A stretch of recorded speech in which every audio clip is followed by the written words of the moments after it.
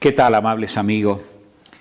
Estamos continuando con la segunda parte de este tema tan glorioso que hemos iniciado, siguiendo siempre el consejo del Divino Maestro: escudriñad las Escrituras porque en ellas tenéis la vida eterna y ellas son las que dan testimonio acerca de mí. Iniciamos con la introducción el glorioso mensaje que aparece en el capítulo 14 del libro del Apocalipsis. Dijimos que es el último mensaje de misericordia que Dios está mandando a los habitantes de la tierra. Recordemos el verso 6 y 7, dice: vi volar por en medio del cielo a otro ángel que tenía el evangelio eterno para predicarlo a los moradores de la tierra, a toda nación, tribu, lengua y pueblo, diciendo a gran voz: temed a Dios y dale gloria, porque la hora de su juicio ha llegado. Y adorad a aquel que hizo el cielo, la tierra, el mar y las fuentes de las aguas. Dijimos nosotros que este glorioso mensaje está proclamado por ángeles. La palabra ángel significa sencillamente mensajero.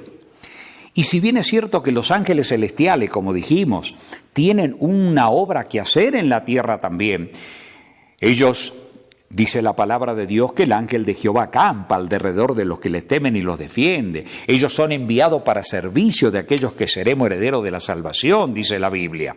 Por ejemplo, cuando nosotros vamos a los libros proféticos, si tomamos el libro de Daniel, por ejemplo, allí vemos cómo el ángel Gabriel venía a instruir al profeta. Dice el verso 20 y 21, aún estaba hablando y orando y confesando mi pecado y el pecado de mi pueblo Israel.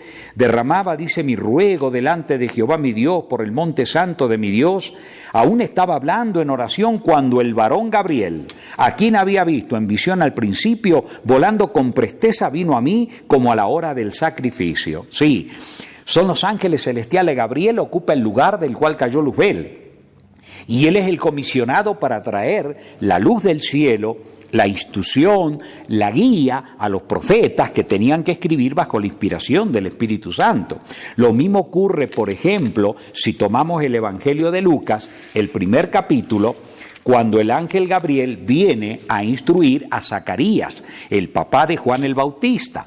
Dice allí el capítulo 1, el verso 19, respondiendo el ángel le dijo: yo soy Gabriel, que estoy delante de Dios y he sido enviado a hablarte y a darte estas buenas nuevas.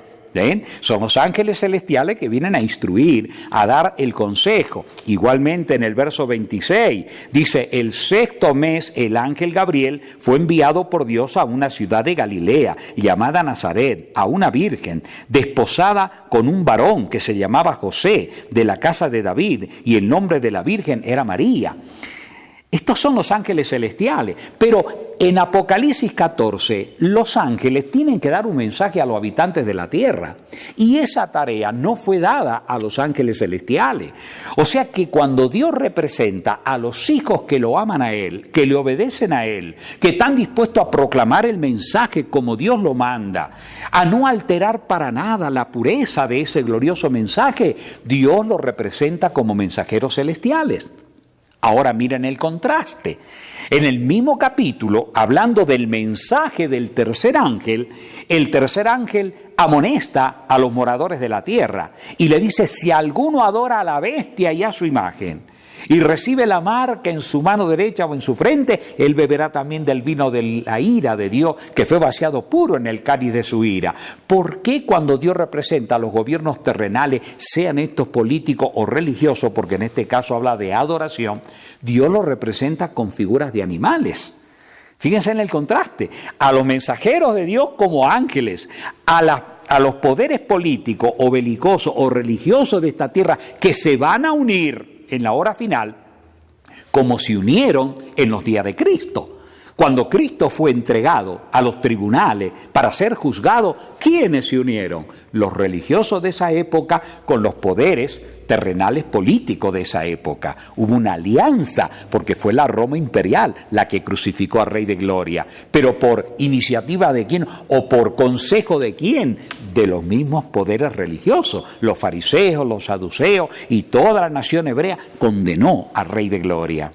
Sí, mis amigos. Miren, en el libro del profeta Daniel, por ejemplo, cuando se estudian las profecías, la vez pasada estudiamos la profecía del capítulo 2 que está en la serie Orientación Profética en YouTube. Allí está el capítulo 2 de Daniel. Esa es una profecía que va mostrando los reinos del mundo, la manera que iban a aparecer sobre la faz de la tierra.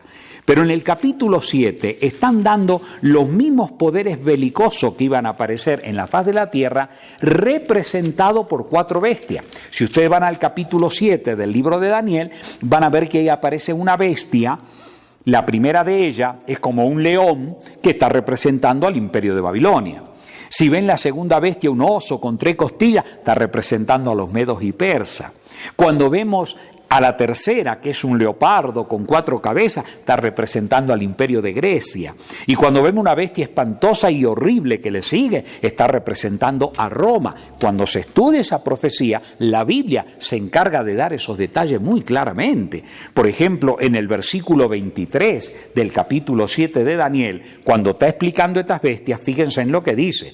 Dijo así: la cuarta bestia será un cuarto reino en la tierra, el cual será diferente de los otros reinos, y a toda la tierra devorará, trillará y despedazará. Sí, mis amigos. O sea, la Biblia está mostrando claramente que estos poderes representados por la bestia están representando aquellos reinos terrenales, religiosos o políticos que se unen para ir en contra de la voluntad de nuestro querido Padre Celestial. Mis amigos, en la hora final de la historia, esta advertencia tiene que ser dada a la tierra. Pero lo que nos interesa en esta hora es ver qué es lo que el primer ángel proclama. Ese es el mensaje que encierra una gloria tremenda. Dice el versículo 6, allí del capítulo siempre 14 de Apocalipsis: vi volar por el medio del cielo un ángel que tenía el evangelio eterno, para predicarlo a los moradores de la tierra, a toda nación, tribu, lengua y pueblo. ¿Qué significa este evangelio eterno? Por ejemplo, si nosotros vamos al evangelio de Marcos, en el capítulo 1, el verso 14, se llama el evangelio de Jesucristo. Si vamos a Hechos de los Apóstoles, el capítulo 12, el verso 24, se llama el evangelio del reino de Dios. Si vamos a 2 de Corintios, el capítulo 4, el verso 4, se llama el evangelio de la gloria de Jesucristo. Si vamos a Efesios, capítulo 3, verso 8, se llama el evangelio de la gloria de Dios. Si vamos a Romanos, el capítulo 16, verso 25 al 27, también se le llama allí el evangelio eterno. Mis amigos, ¿por qué dice acá que este es el evangelio que tiene que llenar toda la tierra? ¿Por qué se le llama evangelio eterno? Mis amigos, este evangelio, vamos a ver, la palabra evangelio significa buenas noticias o buenas nuevas de redención. Este es el mismo evangelio, es la misma buena nueva que Adán y Eva recibieron en el Edén después de su caída. Cuando ellos cayeron en pecado, Dios los llamó y Dios le ilustró que ese inocente cordero que murió allí, que Adán tuvo que matar, con el cual Dios tuvo que hacerle vestidura de pieles, ese cordero simbolizaba al inocente Hijo de Dios que tenía que venir y morir en esta tierra. Es el mismo evangelio que recibieron los jóvenes Caín y Abel. Abel aceptó al Salvador, se acogió al sacrificio indicado, reconoció que él era pecador, humilló su corazón y entregó su vida y puso las manos sobre el inocente cordero, porque ese cordero representaba al Hijo de Dios que tenía que morir por él. Caín, al contrario, es aquellos que adoran a Dios según ellos creen que deben adorar a Dios, tal como dice el mensaje del tercer ángel: si alguno adora a la bestia y a su imagen. ¿Por qué? Porque han creado un sistema de adoración falso. ¿Y qué hizo Caín? ¿Qué hizo contra su hermano? Se levantó y lo mató. Miren qué tremenda, que es la reacción de aquellos que no adoran a Dios como Dios quiere que se adore. Cuando los verdaderos adoradores adoran a Dios en espíritu y en verdad, están dispuestos a hacer la voluntad de Dios, cueste lo que cueste, sean fieles, sean leales, aunque les toque la muerte, pero están dispuestos a recibir la voluntad de Dios.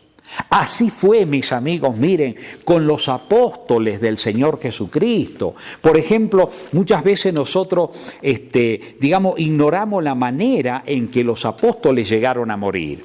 Por ejemplo, ¿cómo murieron ellos? El primero que murió cuando comienza la era apostólica a correr fue uno de los diáconos de la Iglesia Apostólica, fue Esteban. Allí está registrado en el capítulo 7 de Hechos de los Apóstoles, capítulo cómo fue la muerte de aquel primer mártir. Por ejemplo, nosotros tenemos el martirio de Mateo y de Jacobo. Ellos fueron muertos a espada. Allí en Hechos de los Apóstoles, capítulo 12, versículo 1 y 2, se muestra cómo Herodes mató a Jacobo a espada. En el Evangelio de Marco fue arrastrado, el evangelista Marco, fue arrastrado cruelmente por las calles y finalmente fue apedreado. ¿Cómo murió Pedro? Pedro murió crucificado. ¿Cómo murió Lucas? Colgado en un olivo en Grecia.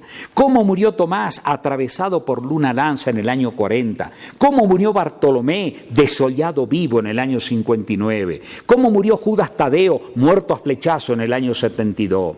Jacobo, hijo de Alfeo, fue apaleado en el año 52 también. Bernabé fue apedreado en el año 73. El apóstol Pablo fue decapitado en Roma en el año 67. Sí, mis amigos, la Biblia muestra cómo murieron todos estos mártires. Por ejemplo, si vamos al libro de Hebreos, el capítulo 11, nosotros tenemos allí a una galería hermosa de los hombres de la fe, comenzando de Adán y de todos ellos, y va mostrando la forma en que ellos murieron. Dice la palabra de Dios allí en el verso 36 de Hebreos, el capítulo 11, otros experimentaron vituperios y azotes, y a más de estos prisiones y cárceles, fueron apedreados, aserrados, puestos a prueba, muertos a filo de espada, anduvieron de acá para allá, cubiertos de pieles de ovejas, de cabras, pobres, angustiados, maltratados, de lo cual el mundo no era digno, errando por los desiertos, por los montes, por las cuevas y por las cavernas de la tierra. Ustedes saben, mis amigos, cómo la Roma imperial se ensañó contra los cristianos los primeros siglos cruelmente y cómo fue la muerte en las arenas de los circos romanos. La pregunta es, ¿y por qué? ¿Y por qué? Porque ellos vivían el mensaje glorioso del Evangelio eterno.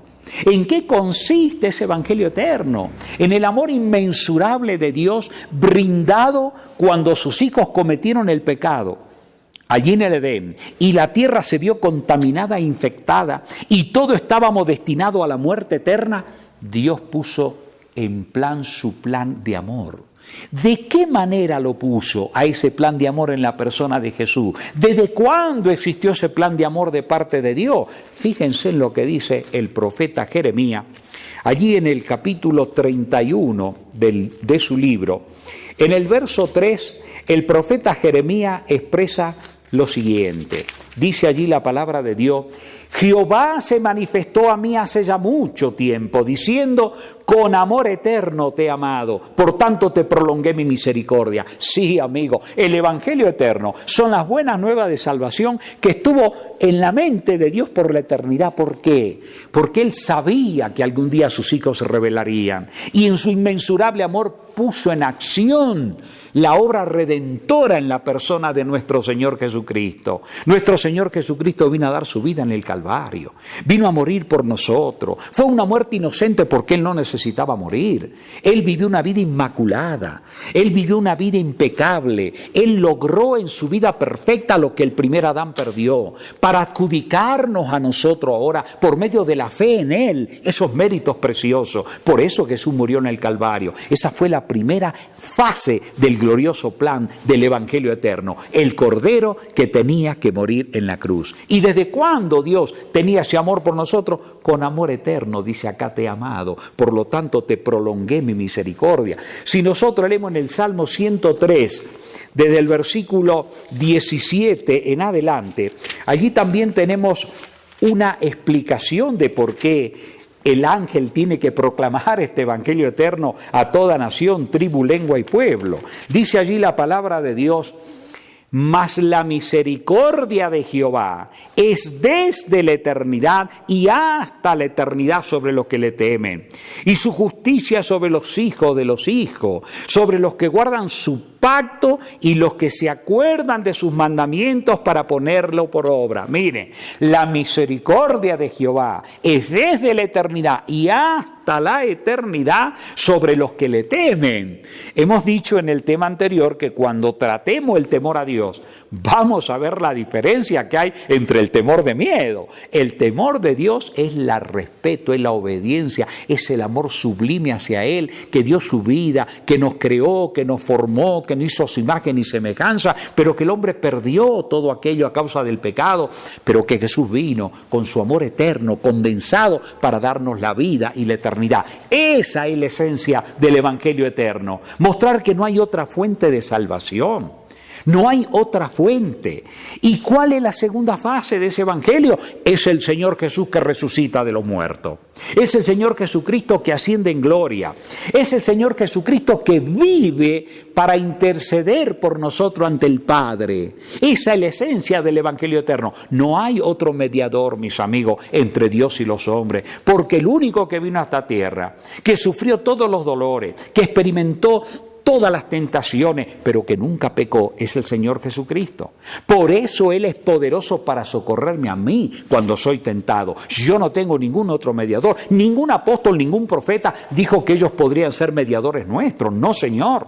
¿De dónde salen ahora tantos mediadores que se han creado? No hay nada en la Sagrada Escritura que lo revele. Cuando yo le pregunto a los apóstoles acerca del verdadero mediador entre Dios y los hombres, encuentro en la Sagrada Escritura lo siguiente. Primera de Timoteo, capítulo 2, el versículo 4 en adelante. Dice, hablando del amor de Dios hacia todos los seres humanos, el cual quiere que todos los hombres sean salvos y vengan al conocimiento de la verdad. Porque hay un solo Dios y un solo mediador entre Dios y los hombres, Jesucristo hombre, el cual se dio a sí mismo en rescate por todo, de lo cual se dio testimonio a su debido tiempo. Noten qué detalle tremendo. Hay un solo Dios y un solo mediador entre Dios y los hombres, Jesucristo hombre. ¿Por qué hace la aclaración Jesucristo hombre? Porque Jesús es también Dios, igual que el Padre, co-creador con Él de todas las cosas. Pero en el plan de la salvación, Jesús se hizo hombre, tomó mi naturaleza humana y en esa naturaleza Él logró la victoria para que yo ahora por la fe en Él pueda alcanzar la victoria de la vida eterna. Por eso Él vive para interceder por mí ante el Padre. Él es el único mediador, no hay más. Es el único que puede socorrerme en mis debilidades. Jesús dijo ahí en San Juan 14:6, yo soy el camino, la verdad y la vida. Nadie viene al Padre sino por mí. No hay otra fuente. El apóstol Pedro en su primer discurso en Hechos de los Apóstoles capítulo 4, después de la ascensión del Señor, ¿qué dijo el apóstol Pedro? Porque no hay otro nombre bajo el cielo dado a los hombres en el cual podamos ser salvos. ¿Qué dice la carta a los Hebreos? El apóstol Pablo, cuando escribe esta carta a los Hebreos, fíjense en el capítulo 4 los detalles que utiliza desde el verso 14. Por tanto, teniendo un gran sumo sacerdote que traspasó los cielos, Jesús el Hijo de Dios, retengamos nuestra profesión, porque no tenemos un sumo sacerdote que no pueda compadecerse de nuestras debilidades, sino uno que fue tentado en todo, según nuestra semejanza, pero sin pecado. Acerquémonos, pues, confiadamente al trono de la gracia, para alcanzar misericordia y hallar gracia para el oportuno socorro. ¿Qué tal? Teniendo tal sumo sacerdote que traspasó los cielos, Jesús el Hijo de Dios, retengamos nuestra profesión, porque no tenemos otro.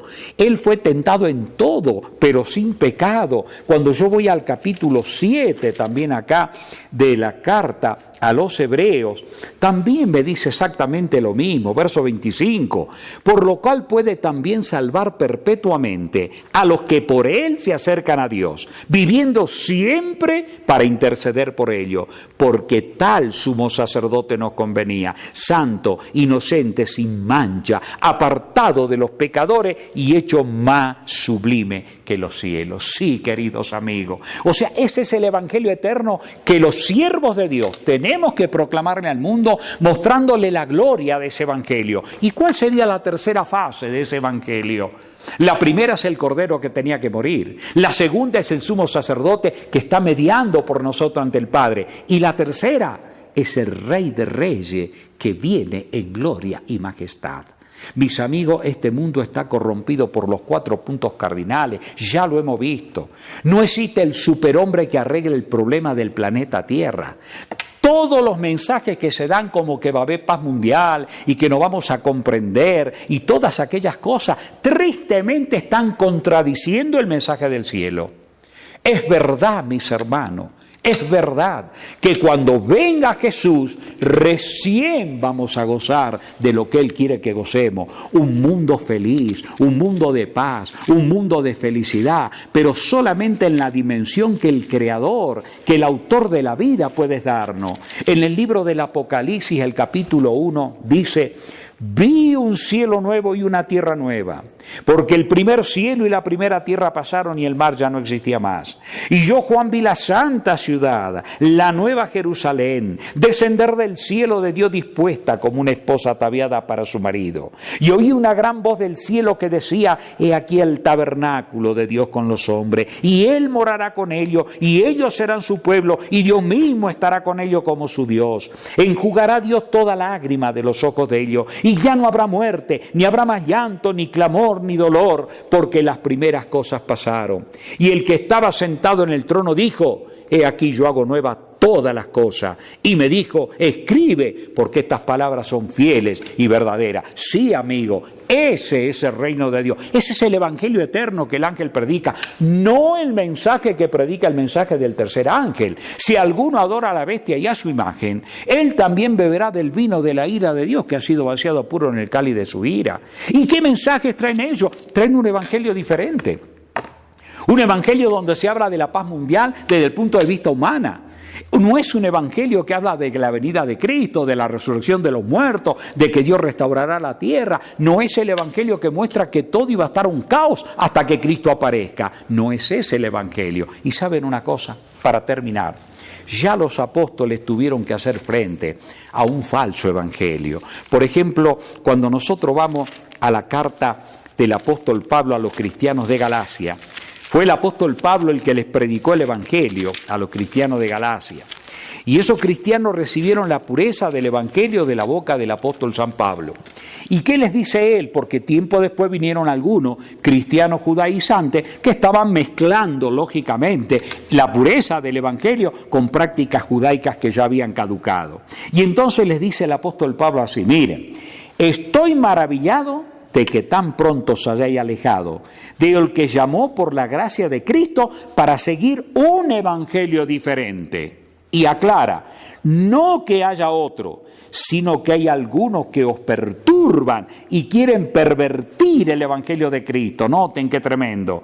Mas si aún nosotros o un ángel del cielo os anunciare otro evangelio diferente del que os hemos anunciado, sea anatema, sea maldito. ¿Qué dice el apóstol Pablo? Si nosotros los apóstoles, o si algún ángel del cielo, no es que los ángeles del cielo leales a Dios van a anunciar un evangelio diferente, pero los ángeles caídos sí, ellos se materializan. A través del espiritismo le están enseñando a la gente que los muertos siguen vivos y ellos se materializan, toman forma, imitan al difunto y la gente les cree. Y en este momento están apareciendo en forma de ángeles celestiales y la gente los está adorando porque cree que ellos se dejan adorar. Termino con el último pasaje de las Escrituras. Apocalipsis, el capítulo 19. Fíjense en cómo el ángel Gabriel le dice al apóstol San Juan algo muy interesante. Verso 9. Y el ángel me dijo: escribe, bienaventurados los que son llamados a la cena de las bodas del Cordero. Y me dijo: estas son palabras verdaderas de Dios. Yo me postré a sus pies para adorar, dice Juan, deslumbrado por el ángel. Él no sabía y se postró. Y el ángel le dijo: mira, no lo haga. Yo soy consiervo tuyo y de tus hermanos que retienen el testimonio de Jesús. Adora a Dios. Oh, mis amigos, sí, los ángeles celestiales siempre van a estar de acuerdo con el mensaje del primer ángel. Adora a Dios, porque la hora de su juicio ha llegado. Que Dios te bendiga en esta fase de la comprensión de lo que constituye el Evangelio eterno predicado por este ángel. Amén.